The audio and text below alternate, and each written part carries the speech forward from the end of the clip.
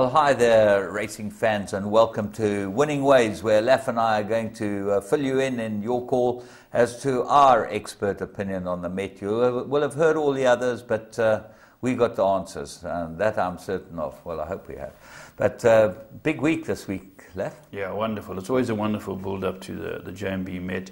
You know, we've had the big sale down in Cape Town, the Cape Premier Yearling Sale, a huge success. So a lot of people are keyed up to see the big horses run, and it looks like a very good day's racing. Fantastic day's racing. I think it's the first time they'll have 12 races, or 13, they tell me. They tell me there's 13 races. They're going to have the Bullocks race. Well, no, this year they tell me that the Met, because they can't do everything the same as the July. Sure. So the Met race, is the 13th race, is for women only. Yeah. Could be a small field. A lot of scratching. A lot of scratches. But you know what's interesting, how the Cape trainers get their horses ready for this day. Justin Snaith's got more horses running on that day than I train.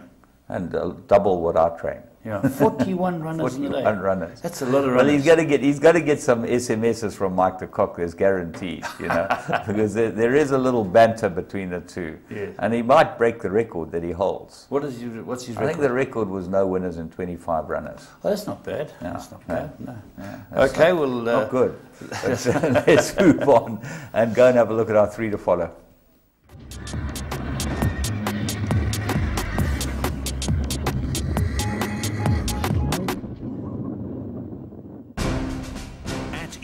We know from our successful partnership with Mike de Kock that getting the best from your horse is largely related to training and nutrition. However, successful racehorses generally come from successful stud farms who focus on optimum nutritional support for growing foals and young stock.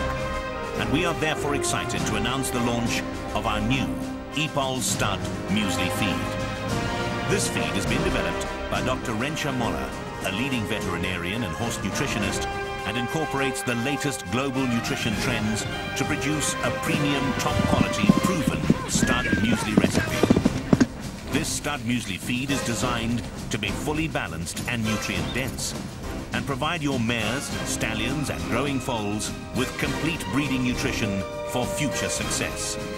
Of course, we expect that this is what you have been waiting for. Epal Stud Muesli Feed. Available now. Right, let's go and have a look at the first one. This one wasn't that easy to find, but we think that you'll be able to get some cash on this when it runs in the right race. So very green, under pressure. We went to Kenilworth, 26th of January. It was a maiden plate, and Odzala took its first trip to the race course from the Yogas Governor yard. Very, very nice filly, this by Encosta de Lager. Yeah, drawn on the wrong side, very, very green, only finds its feet late. You'll see it runs in the platinum colours, and it comes out not badly when you consider what's next to it. It's 2 lengths clear of it already. You'll see it when we get a head-on photo. It'll be down the inside of the group. Elder De Mayo rides it. You know, they're off quickly here. You know, Victoria Park, Misty Day, a few others going off quickly. But when we get a head-on shot, you get a clearer picture of where this horse is.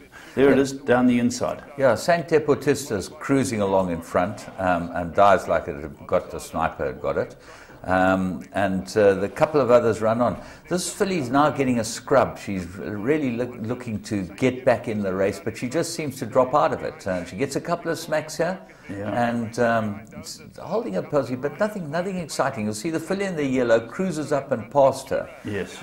And I think this is the key. Yeah, here the penny hasn't dropped. She doesn't know what she's doing. She's not that far adrift, but as I said, the Western Yellow has gone past her half a length. And Elder says, come on, girl, let's pick it up again. And she's a very well-bred horse, and she's only finding her feet late in the race. I think this will be one to stick with. Well, certainly once she goes the extra 200 meters and knows a bit more about the race, it will be really worth having a good look at her. She'll go in at a price too, and I would think that if she makes necessary improvement, she'll be able to win a maiden. Yeah. Let's go to the next one, 27th of January, Clarewood, that was yesterday, and Tony Riveland got a couple of horses from the Mahonies from the Cape. And Bill Nelson, yeah. Bill Nelson and the Mahonies, I think it's a team. They always race together, and this one had a second start for him, and this horse looks like he'll go in next time. It's My Brother. Showed a lot of pace. Yeah, it's my brother's the grey horse and Bill Nelson's black and white silks, and you'll notice here it sports the blinkers for the first time. He's put some cups on it, and it's taking on a hot favourite called the River. And basically they get clear in this race, and the rest are really struggling. They beat the rest 6 lengths or so. Yeah, here it comes out towards the outside. It's got the white and black colours of Bill Nelson. Tony put the blinkers on this this horse, and they made all the difference. It had 3 starts, I think, before this. It came up from Cape Town, and here it's showing very good speed. Ranked the 900.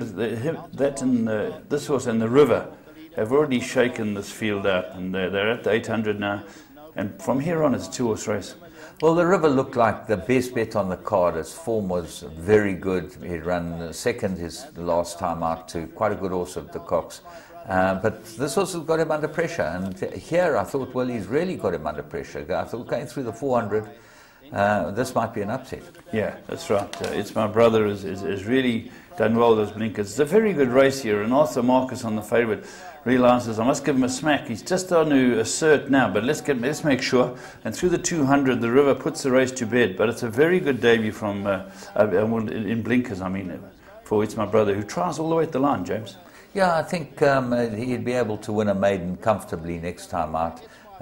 He certainly showed enough. He's by Cordoba, a sprinting horse.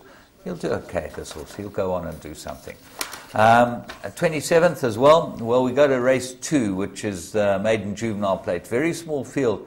Mike De Kock stepped out a couple here that looked like very nice horses, but they certainly looked underdone. Was there any confidence from the stable? Well, they thought that the Full Combat, the horse we picked out, would be competitive. It was competitive, but very, very green. I think the Hooter went after the race. I think the 2 De Kock horses were running about. But let's go have a look at it, because another good race for the winning trainer, which is Duncan Howells. He's won the 2 lovely juveniles so far. And here they get rolling. My horse gets left down the inside. But the De Kock 2 are on the outside too. And they're both very, very green. Ella Reef's the one on the outside fence. Alongside it is Full Combat. Your eventual winners 2 over, 2 off the right. Now also in blue silks, that's Fly At Him. Yeah, you know, Duncan Howells is very good with 2-year-olds. He's good at getting horses to run, and he gets them tuned up. This horse looked absolutely tuned up and ready to win. De Kock's 2, well, the outsider of the 2 is going far the better here, Ella Reef. Canter's past the horse we found, Full Combat. Full Combat doesn't know what's going on. Yeah, they start hanging in. The young apprentice on Ram Gopal is on the outside fence, and his horse is running, and as he gives it a smack, it goes in. It's a 3-horse race here, and with Fly At Him coming through to be best of all. But they're very, very green, these 2 on the outside. And I suppose the winner is as well, but it's really been lent on all the way. All the way, this Ram Gopal's leaned on it. That's why the Hooter did go. Pushes it in behind the winner now, but Sean Veal pushes it out late. Yeah, I think he'll come on a ton from this run. It'd probably be well worth having a good look at in the future. So there you go, a couple of the juveniles worth having a look at. It's always interesting when they pop out, these juveniles. You get a pretty good idea of who can do what and where. We're going to go and have a look at the Met from last year in Blast from the Past. Remember, Igugu's unbelievable win. Getting the best from a thoroughbred is largely related to training and its diet. Mike De Kock has mastered this critical balance. Where is Mike De Kock? Yeah, How can we have a world-class racing event, no Mike De Kock? Wherever you are in the world, to be competitive at the highest level, equine nutrition is first and foremost. Mike De Kock, you're a living legend. Tries to kick the lizards. I've always wanted an edge over my competitors, and I have found the one place I can get that edge was nutrition. The game has been very kind to me, and I'd like to give something back. And so EPOL and I are making my international formula available to all trainers. De Kock has always partnered with EPOL, and together they have developed his own formula, which is truly world-class. The feed is based on many years of research, but now we've pushed the formula further to something that today is a world-class product. I promise you, trainers will see the difference. Mike De Kock Feed from EPOL, available now.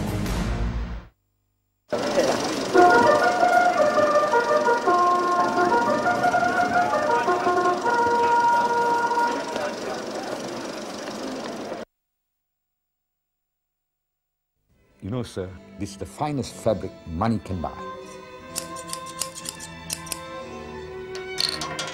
Done. When you walk out of here, heads will turn. Care for a glass of champagne, sir?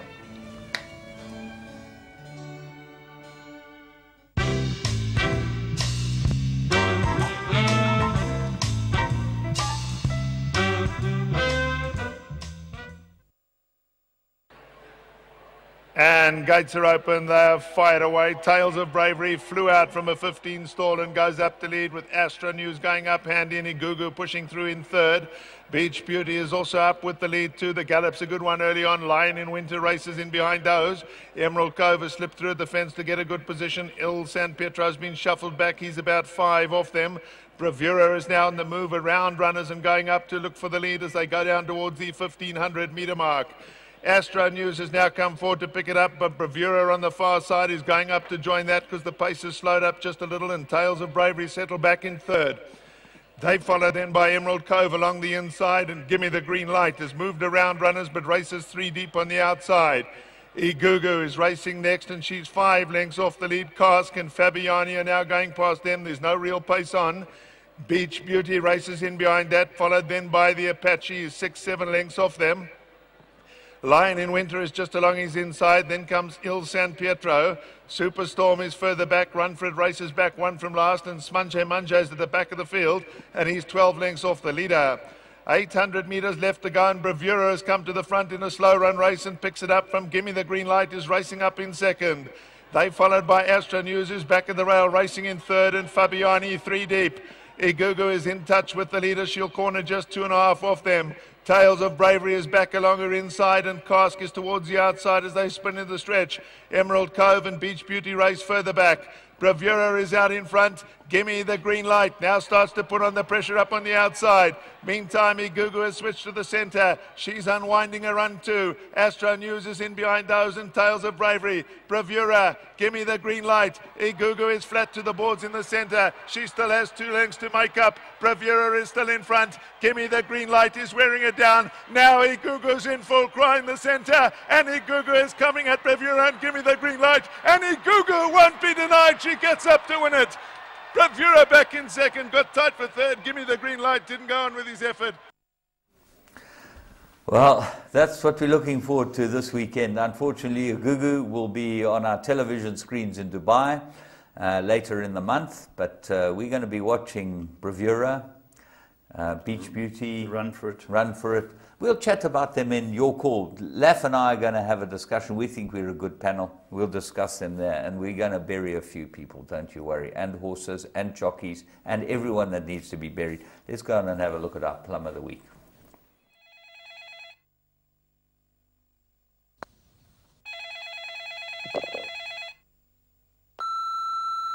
Miss Johnson, it's me.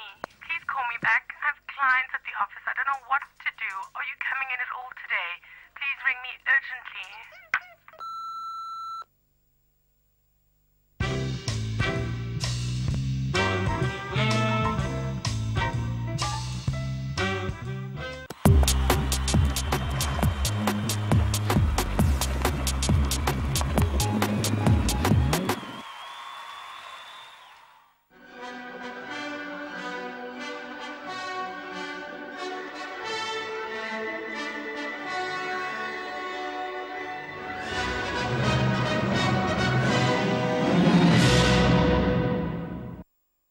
The centre of the track, and Roy's Jet just has to go on with it. Olympic Spectrum on the inside. Then So You Think Dr. Livingston, but Roy's Jet has come from nowhere. Very good ride from a wide draw to win it. Roy's Jet has got it 1 by a length and a half. Olympic Spectrum will be second. So You Think third, then Wildcat Rising behind that, Club Lane.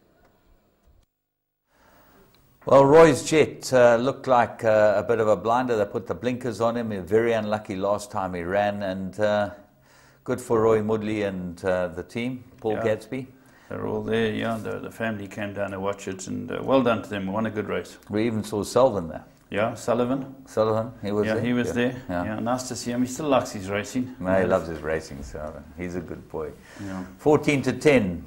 With your bookmakers, we've got to go 2-1 or better on Interbet. Roy's Jet looked like the Plum of the Week to us. We're going to move on and see what we've got in current affairs.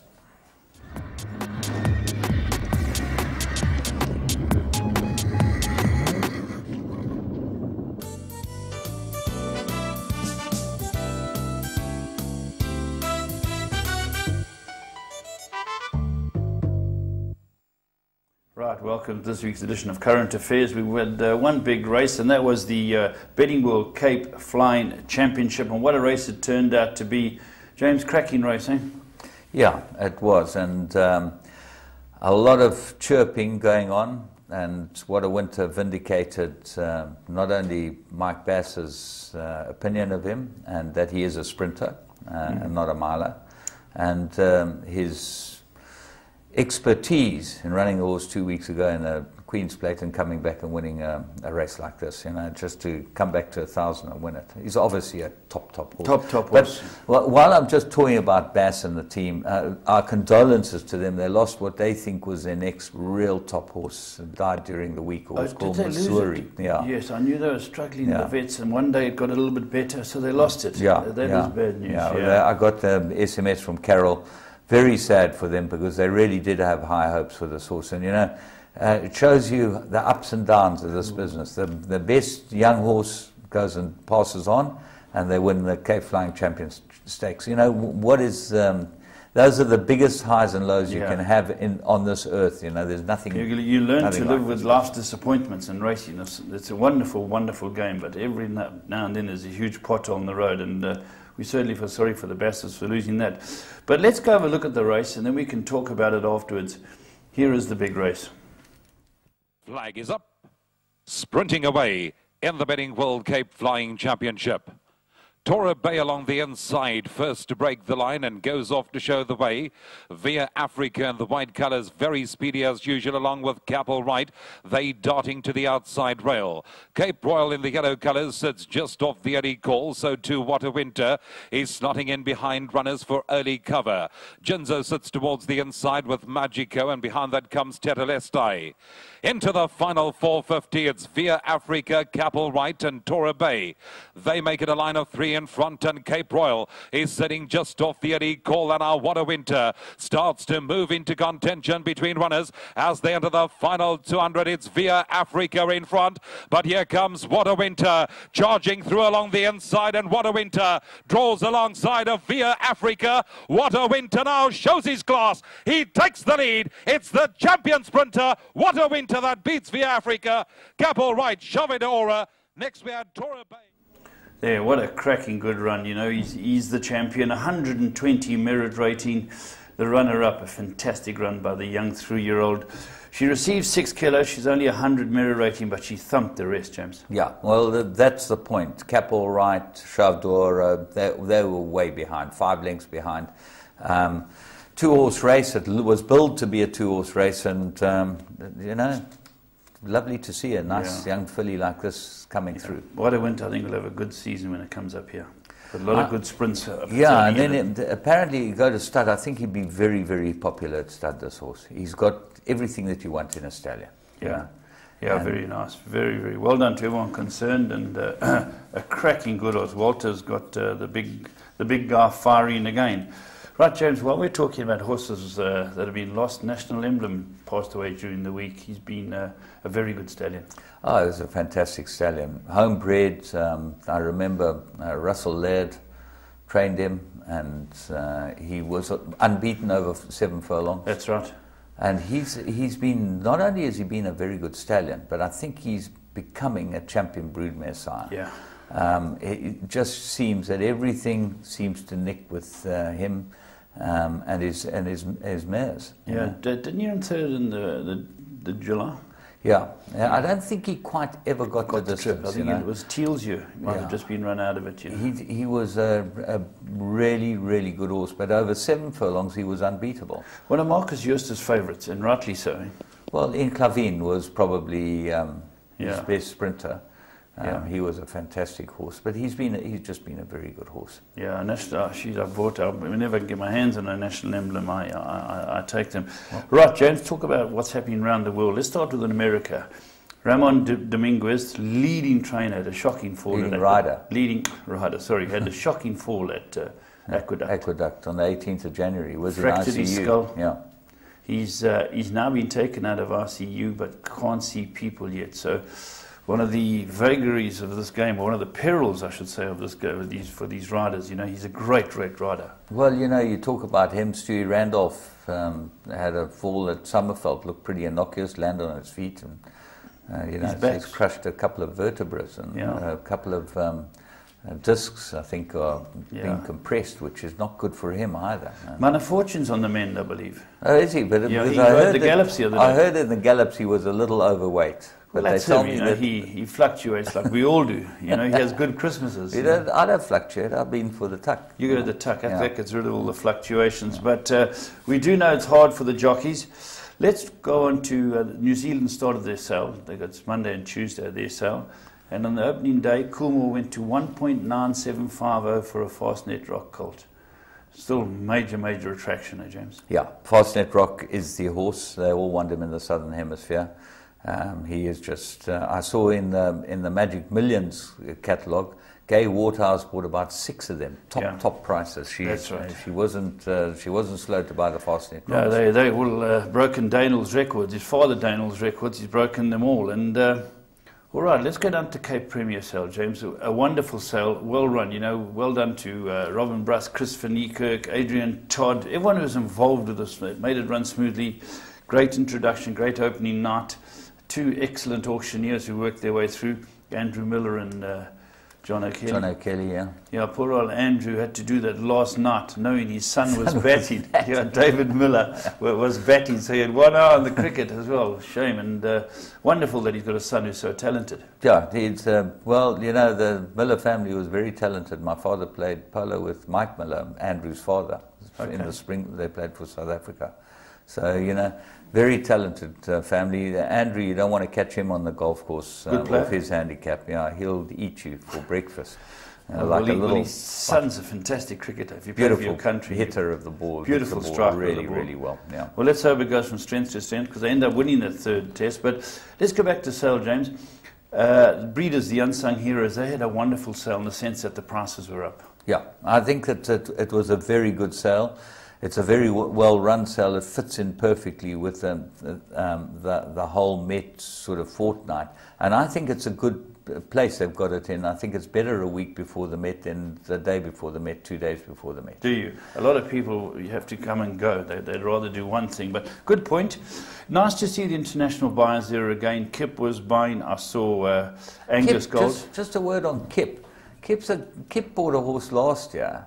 He pinhooked something last year at this sale and sold it on the ready to run for about 4 times its price or 3 times its price. Con Mane did that as well. Yeah, he's the pinhooker. Pinhooker. No, Kip knows stuff. And then we had obviously nice to see Angus Gold out. He bought 6 horses for the Sheikh. Yeah. They Mark de Kock trains for him, so 6 very good horses. Then you had Ed Dunlop. Did you see Ed Dunlop there? Yeah. Now who was he buying for?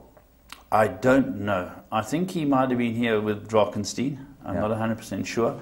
But he had his hand up a couple of times. He's trained some champion racehorses, including, Ouija Board and... the fillies. Yeah, the fillies. Do-Re-Mi. Yeah, the superb fillies. And it was wonderful to have him out. And there were 1 or 2 others. I met a guy called... Grant, who was from America, he'd come out to have a look as well, a bloodstock agent. So was he from Classic Tipton?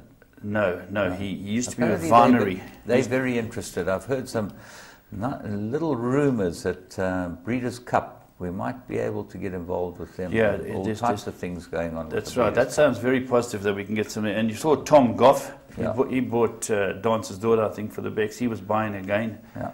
So it was good, And a bit Michael Lazzie again made a comment. He topped the sale with Adrian Fafir and his client. Well done to them. They went to 3.250 for a very nice horse. But just giving you some of the stats, James. 98 million, nearly 100 million. That's very good. They average 484, which is a huge amount of money. It is a huge amount of money. It's a fascinating industry. This average 484 to win 484 million. With 484,000 with a horse, you got to win a group race.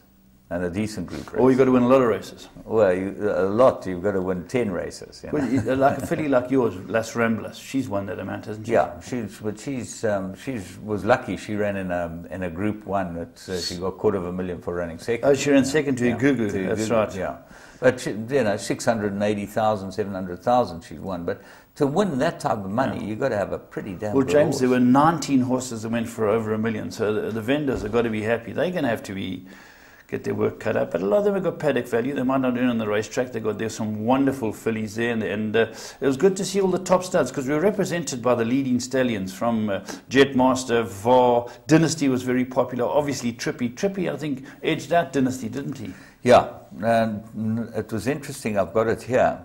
That's 98 million. The lowest was 50. The minimum bid, James. Minimum bid 50,000. They sold one then. Here something about the Mike Sharkey sold one, but it was by a July winner out of a July winner, and he said they should have called it Triple D. Triple D. Yeah, which I didn't call it. The top filly Gavin van Zyl bought 1.7 million. Was that on the second day? Yeah. I think on the first day there's a beautiful Trippy from Klavervlei. I think went for 2.7. I see Dean Kannemeyer and Lady Laidlaw were active. They were buying some very nice horses. They spent money early in the sale. They got in quickly. Klavervlei topped the studs list, James, with a gross of 15 million. So very good for Klavervlei. And the buyers, the top were Mayfair Speculators, 21 horses, over 14 million, as they Trippy touched off Dynasty. So it was, I think, a good sale for everyone who put a horse out there, James. Yes, it's got its place. 200 odd horses, it goes smoothly. I must say the catering was outstanding. Very good. I partook of a couple of those nibblers. There were some very nice things there. The stalls were set out beautifully. They opened them up this year. Yeah, and there's some very nice stalls there. You know, there was an art stall, there was a jewelry stall, which are both absolutely fantastic. And for people that really not, you know, they can wander around there and have a look at them. I thought it was extremely well. I saw you at the jewelry stand twice. Yeah, no, I'm big on jewelry. Big on jewelry, and you're a romantic. I'm a connoisseur. Yeah. Connoisseur, you're a romantic. Good to see the Aussie boys there too. David Raphael, Simon Burgess. Yeah, David Raphael, I don't think is that popular with the Snaiths anymore. I think he was the flavour of the month until he drew 16 with Run. He drew 16. Can you believe it? Yeah. He drew them a. He drew them a bad draw. It is about as popular as you can be, you know. Okay, James, and so the sale, a resounding success, and well done to everybody. James, how about America? 50 Shades? Mike Pegram called a horse, funny enough, by Pulpit, which is by the same sire as Kip Elsa bought up the Pulpit. 50 Shades of Hay. Yeah. Great name. And it can run, James. Yeah. Bob Baffert trains it. It's probably the horse's erotic book. You know? It won the Santa Isabella Stakes. And, does it go on any going? Well, 50 Shades of Hay? It says 50 Shades of anything. But, you know, it's probably a bestseller amongst the equine world. Yeah. You know, 50 Shades of Hay. Well done. Well called. Yeah, James. And for current affairs, I think we've covered everything that's been in the news. Not much happening internationally at the moment. No, we're just obviously getting ready for Dubai, and just on the Dubai thing, I've heard that Phil Giorgio at Let's Go Travel is also doing a Super Saturday trip, which might be fun. Apparently, Mike de Kock's organised a couple of 2-bedroom apartments, which you and your partner can go. They're going to organise a lot of golf and a lot of racing. Can you go with someone else's partner? Yeah, you can go with whoever's partner you like. Which will suit you very nicely. That's fantastic. Yeah, fantastic. But your golf's not up to it. No, I'm not good enough for that. But I've been out to Super Saturday. It's a great race day. Super Saturday. Well, that's the point. So if you want to get hold of... Any news on Igugu, James? Phil Giorgio? Any news on Igugu? I think she's getting ready for Super Saturday. I think that's where she steps out. Balanchine or something. I think that's what Mike said. Yeah. Something like that. The Balanchine looks like a... I'm not sure, but that's the story. You know, he was very busy at the sale, so he didn't get much of a chance to talk. He's a bit punchy, but you know, at the end of the day, what can you say? You know, he travels all over the world flat out. Yeah. And I'll tell you a lovely story. He brings me in a box of cigars, So he gets to the customs official. He's got a little case and he's got his duty-free thing hanging over the back with a box of cigars in. So she says in Zulu to the other customs official as he's walking towards her, and he understands it. Look at the Mlungu with the cigars, you see, with the duty-free bag, you see, who stop him. So they stopped him. They pull him over. They say, "What do you got?" He says he's got some cigars for his mate, you see. So she says, "How many?" So he says 20, I don't know, he looks at the box, 25. She says, "You're only allowed 20. So he says, "Okay, well, take 5 out, or, you know, what's the story?" They kept him there for half an hour. His mood was not good. You know what the duty he had to pay on the extra 5 cigars? No. 48 Rand. So he's not very, I'm not very popular with him, and probably as a result of that, we won't get as many interviews as we'd like to get, but you can understand the frustration as far as cigars. You've got to open a box of cigars which have 25 in. Every box of cigars has 25 in. Is that right? And take 5 out. Anyway, I gave them to McVeigh. Okay, tell me, how long would that take you, 25 cigars? What size are they? Scud missiles or cigarettes? By the night, it depends. It depends if you're having the winner. Who I'm with. All right, James, I don't think we've got anything else for current affairs. So we'll be back to talk about the upcoming JMB Met and your call.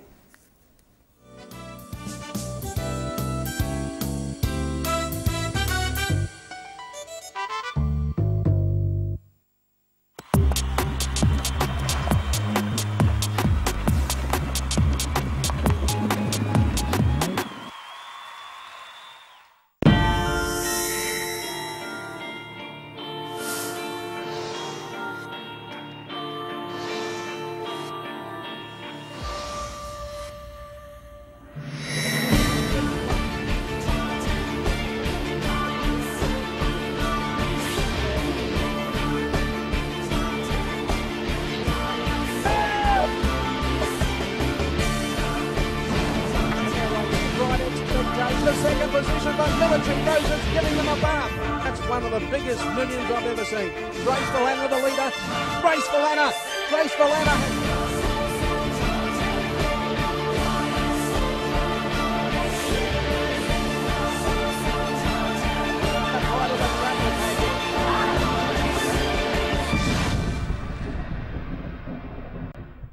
Right, well, as we said, we're going to have a look at the Met for this weekend. We're going to give you our opinion on what we think should happen and shouldn't happen. But we're going to kick off, Laf. I think the way to do this thing, and you and I have discussed this, we're going to go through the 5 key races, look at them and see what the horses throw up that are running in the Met from those races. So the first one is the Met from last year. Yes, correct. We have actually seen it, but let's look at the last 400 because, as James alluded to, there are horses on there that are running again this year. Bravura has come to the front in a slow run race and picks it up from Gimme the Green Light, is racing up in second. They followed by Astra News, who's back of the rail, racing in third, and Fabiani 3 deep. Igugu is in touch with the leader. She'll corner just 2.5 off them. Tales of Bravery is back along her inside, and Cask is towards the outside as they spin in the stretch. Emerald Cove and Beach Beauty race further back. Bravura is out in front. Gimme the Green Light now starts to put on the pressure up on the outside. Meantime, Igugu has switched to the centre. She's unwinding a run too. Astro News is in behind those, and Tales of Bravery. Bravura, Gimme the Green Light. Igugu is flat to the boards in the centre. She still has 2 lengths to make up. Bravura is still in front. Gimme the Green Light is wearing it down. Now Igugu's in full cry in the centre, and Igugu is coming at Bravura and Gimme the Green Light, and Igugu won't be denied. She gets up to win it. Bravura back in second. Well, there were 4 in that race that run this year, and I think that the race might tell us something about what's going to happen this year. There's no Igugu. Bravura ran a crack race from the front. Great race. You know, Bravura was surrounded or wedged between 2 very good horses, Gimme the Green Light and Igugu. Arthur Marcus gets back on it because it's... That's interesting to me. Correct. I think he's going to try the same tactics and dictate. You know, there might be others that push up the pace, but Arthur's very good when he's up there. He gets him at the gate quickly. And on that run last year, he might not have endeared himself to a lot of punters since that race, but he has the ability to run a big one. You know, if there's no wind and he gets to the front and he's allowed to dictate, he might be the juggernaut. In fact, I'm going to tip him. I think he might be, as we start, he might be the horse that will win it. Dean Kahneman might just have a say on the pace. While we're talking about horses from last year, within Writing, who seems to have done all that good work from the front.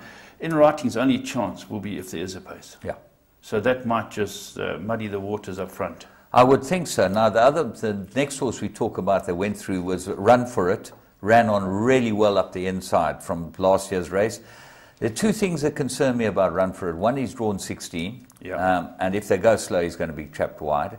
And secondly, they've got the blinkers on this horse still. Now, I'm not sure that he's as good with the blinkers as without the blinkers. Yeah, last year we just saw that video. He ran on very strongly without them. James, he hasn't won for a long, long time. Yeah. He's an effective horse. He's one of a 41-horse string coming out for the day.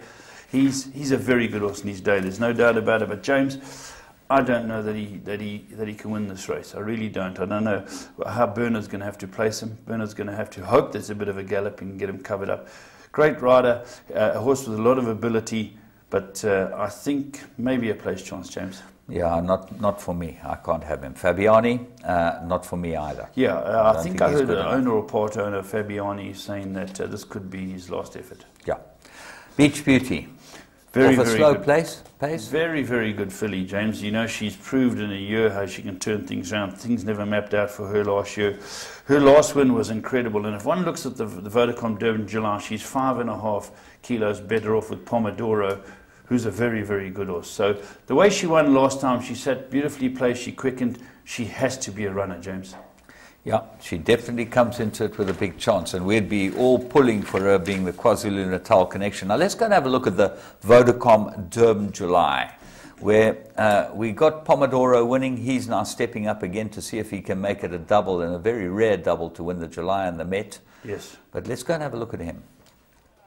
Beach Beauty looks to get a length closer. Then comes Polar Bound and Smanji next call. White Line Fever. Tales of Bravery ran into a bit of traffic problems there. Gold Onyx. Ella Bella makes her move. English Garden. Homeward Bound. Top Seller. Vettel's towards the inside. Looking to run on now. Pomodoro. Jackson hooks out 3 lengths to make up. Chesalon hooks extreme outside. Smanji. Jackson still got 2.5 to make up. White Line Fever's running on.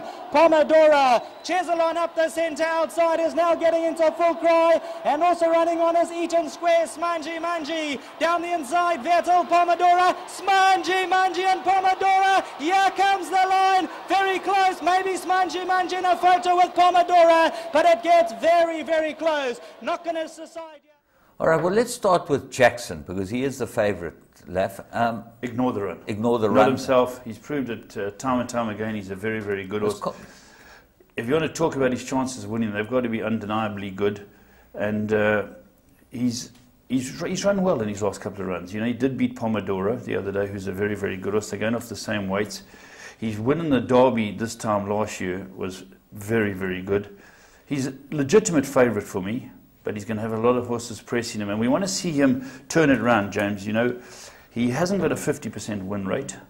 So you keep thinking, well, they're prepping him. And he runs effectively everywhere they run him. And it wouldn't surprise me to see this horse win. It would be wonderful for young Brett Crawford and his clients. And that. But I do believe he's not a good thing. I quite agree with you. I think that he's very, very skinny in the betting. Pomodoro?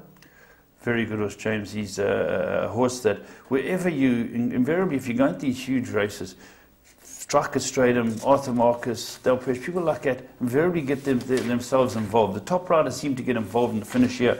And Pomodoro has Pierce Stratum. It's been down there. He's one of 4 horses who has over a 50% win rate in his career. He's proven his ability in gutsy finishes. That's what I like about this horse. If Pierre gets him into a fight, he's going to fight all the way. Very, very good horse, James. Has a decent enough draw. I think they won't be too far adrift because, as I say, they're all going to keep an eye on Arthur Marcus and probably in Writing. You know what Striker's like. He was up close last year when he rode Give Me the Green Light for Hassan Adams. I think he's going to have this horse close. So there'll be a bit of scramble for speed early. They've got to realise they're carrying the top weights. solid runner, solid performer, James.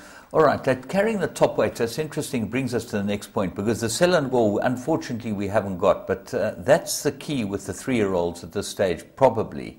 Yes. With King of Pain, anyway, beat Cape Town Noir in the Selangor.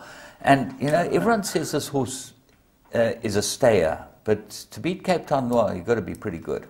Got to be very good. And King of Pain's a very, very good horse, and a great advert for Gray's Inn. Now, bear in mind how far Gray's Inn travelled. I think, if I'm not mistaken, he might have gone for the Cup in Melbourne. He did win the Vodacom Durban July. He was a superb racehorse. I think he's going to leave a lot of good horses, James.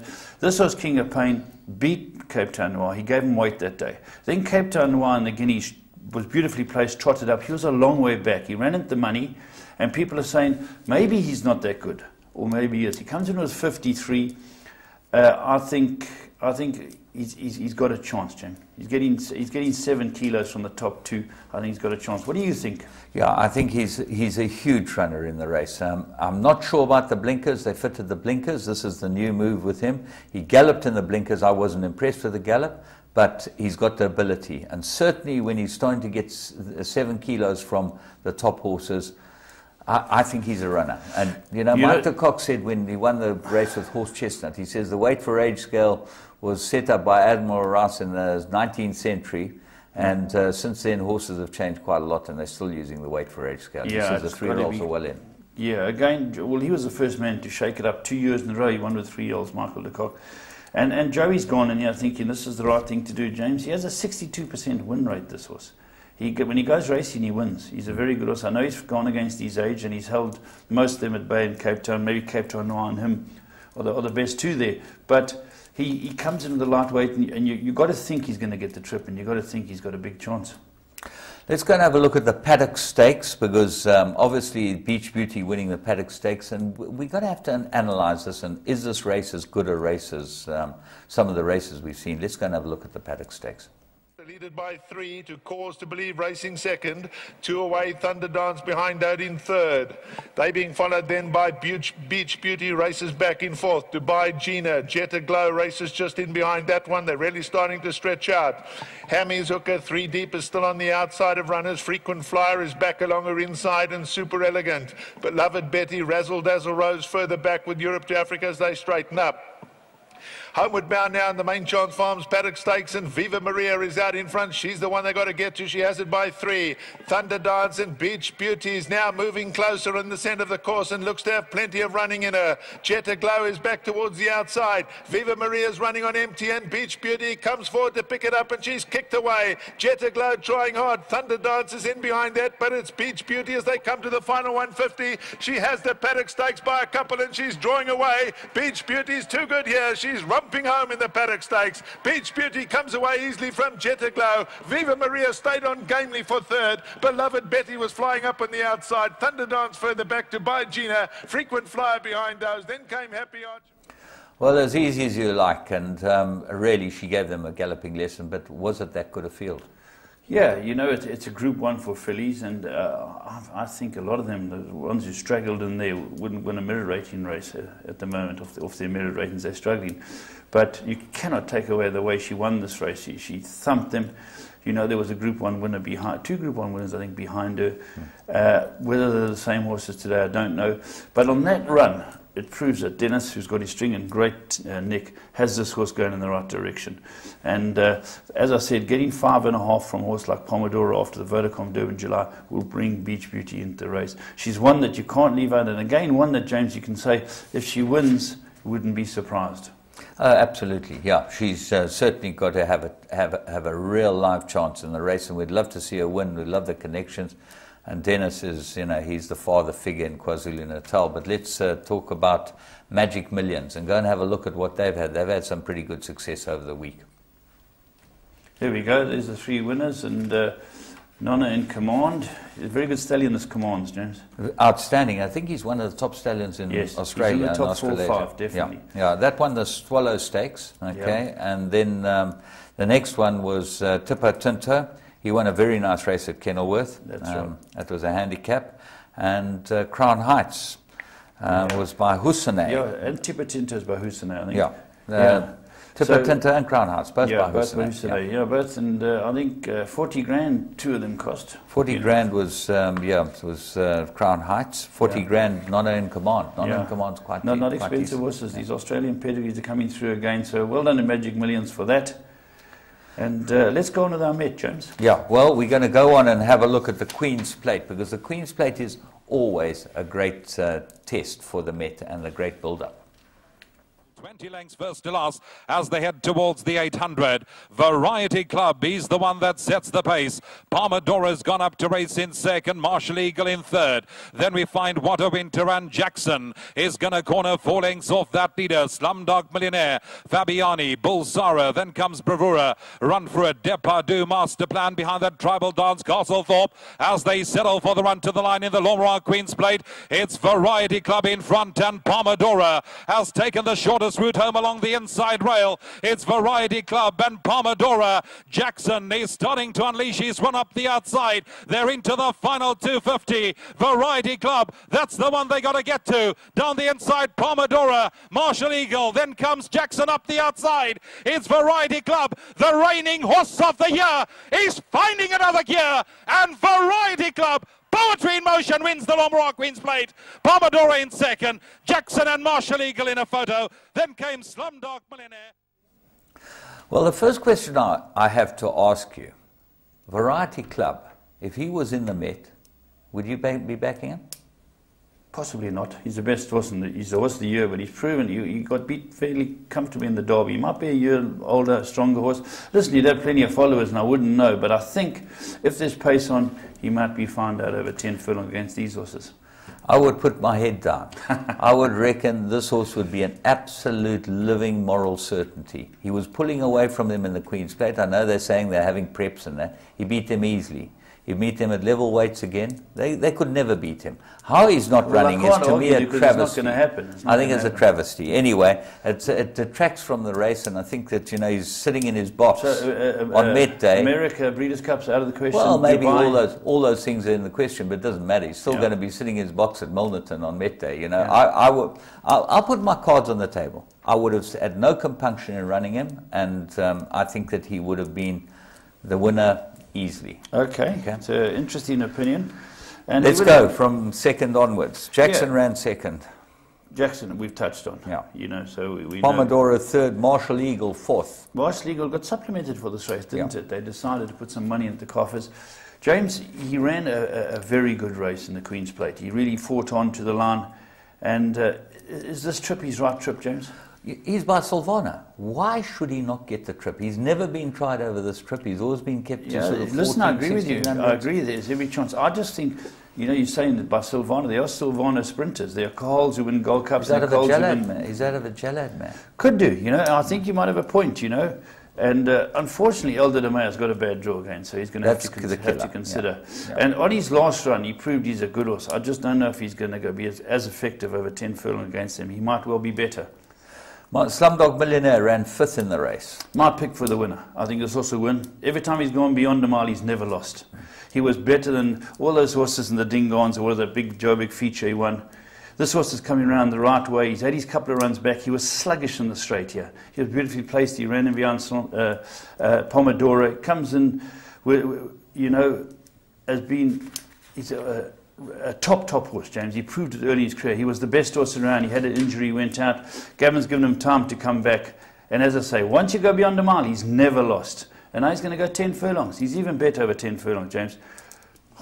Very, very big, my selection. Okay. The next horse that ran sixth, Master Plan. This seems to be the whole of Teletrack selection.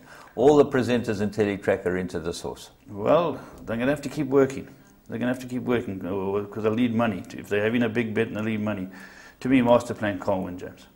Okay, we go on to Run For It, and we've talked about him. Yeah. So then Bulsara finished 3.75. He's a good horse, James. There's no doubt about it. He wasn't far behind his stablemate the other day. He's come back. They've had interferences in their races. Both the Funzel horses are alive for me, and I think this horse is a quartet chance. Then Bravura ran 6 lengths behind, but apparently he had problems in the race. He stumbled, and there was, all types of things against him. I would ignore the run. Yes. Let us now come to the final thoughts on the Met. And the first question I've got to ask you, with the weight frame, and we know that it's a special conditions race, what do you make of it? Do you think that it detracts from the Met, these type of conditions? They've tempered a little bit. I think going back in time, you could plan this race. Don't win a Group 1 race, go in and we can name a whole slew of horses from Zebra Crossing right the way who came through and won this race. Paul Marshall won with the 1 year. Yes, for Peter Phoenix. For Peter Phoenix. That's right. Jeffrey Lloyd for the Canamayas. Yeah. Over the years, they've placed horses. It's become a little more difficult because they've changed the conditions. But when the conditions were like that, you could have a horse like Pocket Power winning 4 years in a row or 3 years in a row. It suited him. The conditions suited him. But it's still an outstanding race. It's not for me to tell them how to change their system. It's still an outstanding race, and I think we've got a good spread of weights with Michael de Kock touching on the point that the 3-year-olds are well handicapped. It makes it a very interesting race. To me, James, the key has been in this race year in, year out. Cape Town are famous for a Cape Crawl. Now, Arthur Marcus is going to be up there. I think In Writing has to be up there. I might be wrong. In Writing sat off behind them and has won. But if In Writing sits off behind them and they canter and go slowly, it's not going to win this race. So I think a lot depends on the pace. Can you see anything else pushing the pace? Well, there are a couple of horses that I just needed to ask you about. Obviously, Hill 54. He's come off 3 in a row. He's won a couple of nice little features. Does he come into the race? James, he's got a little bit of a chance. He's got 58. He's drawn 14. He's the type of horse come to the lightweight in the Vodacom Durban in July. That, for me, would be the race for him. Tribal Dance? Tribal Dance might not be up to this league. Decent horse, and nice to see a new owner. That's, I think, is very important that we start getting people like this in the game. She comes from, I think her husband is involved in politics, and she's got involved in racing. And Vaughan's rewarded her with a win first time out. So a very good horse, Tribal Dance, and it'll be a great plug for the stallion, which could do with a plug like this, Tiger Dance. But I think on its last run, it's not going to win the Met.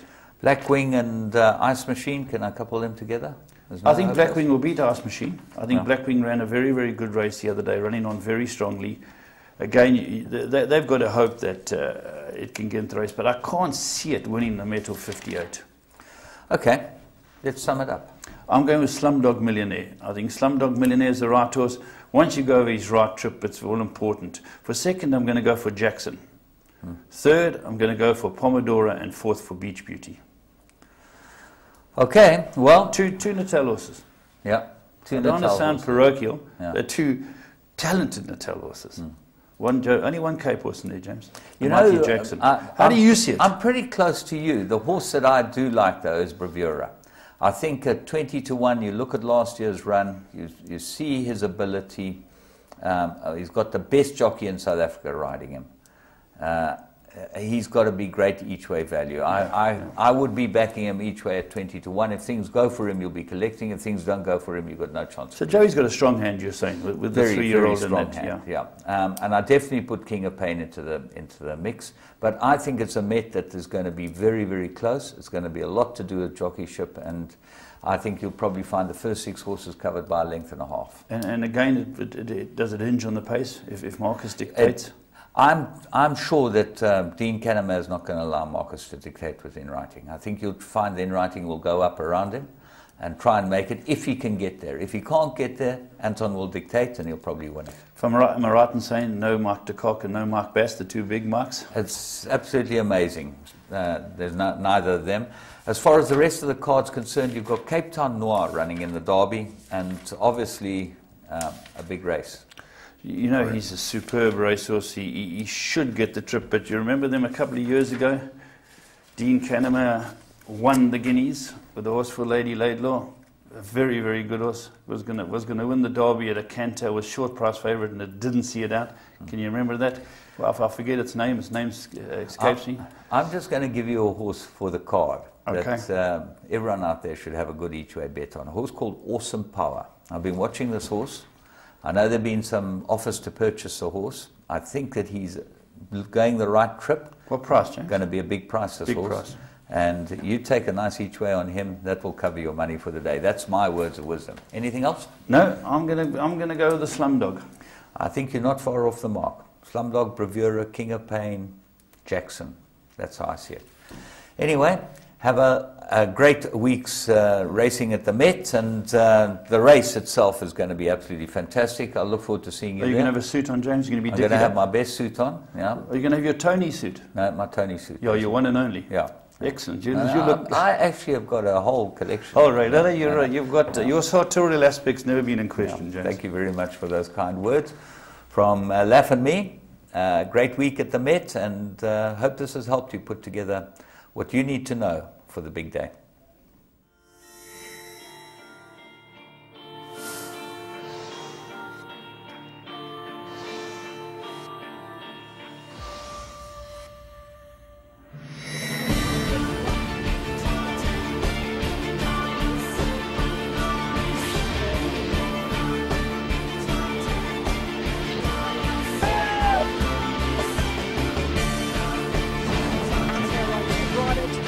The second position, but Militant Roses giving them a bath. That's one of the biggest millions I've ever seen. Graceful Anna, the leader. Graceful Anna. Graceful Anna.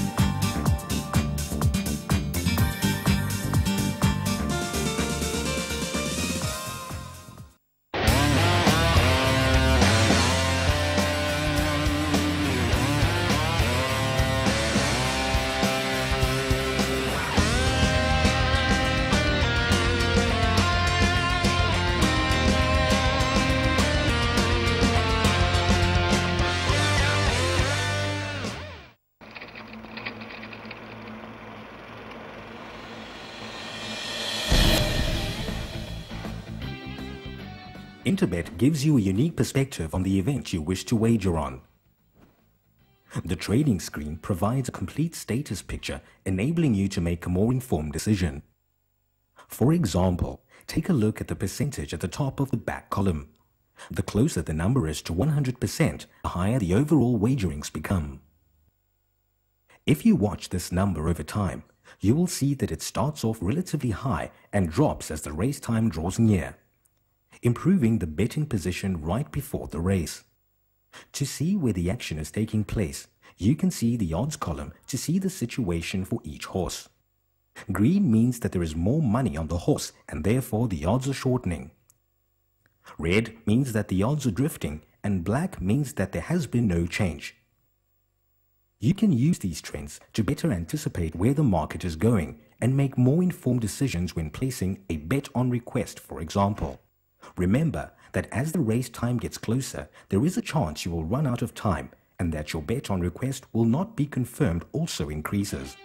Wagering on horses requires knowledge and luck, and we are here to help you gain the knowledge and get up-to-date information so you can make far more informed decisions and get an action-packed experience.